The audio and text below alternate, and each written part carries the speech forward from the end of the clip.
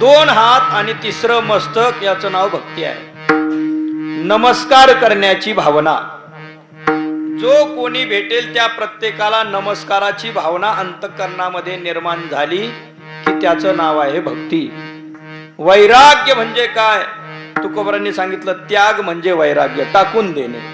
बस या लोकातील किंवा परलोकातील कोणतेही भोग समोर आल्यानंतर ते मनातून मला नको, मनातून टाकून देणं, त्याचं नाव वैराग्य आहे।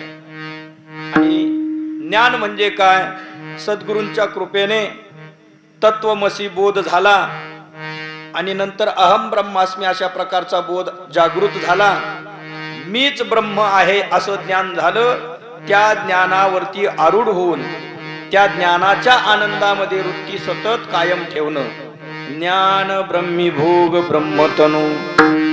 बर, या तिन्हींच्या व्याख्या झाल्या, पण या तिन्हींच्या ठाया कशाने जाता येईल, या तिन्ही ठिकाणावरती कशाने पोहोचता येईल? तुकोबरांनी सांगितलं, देहाच्या निरसने पाविजे या ठाया, माझे ऐसी काया जव नव्हे, बडबडीची वाणी अथवा सत्य। देहाच्या निरसने पाविजे या ठाया, माझी ऐसी काया जव नव्हे।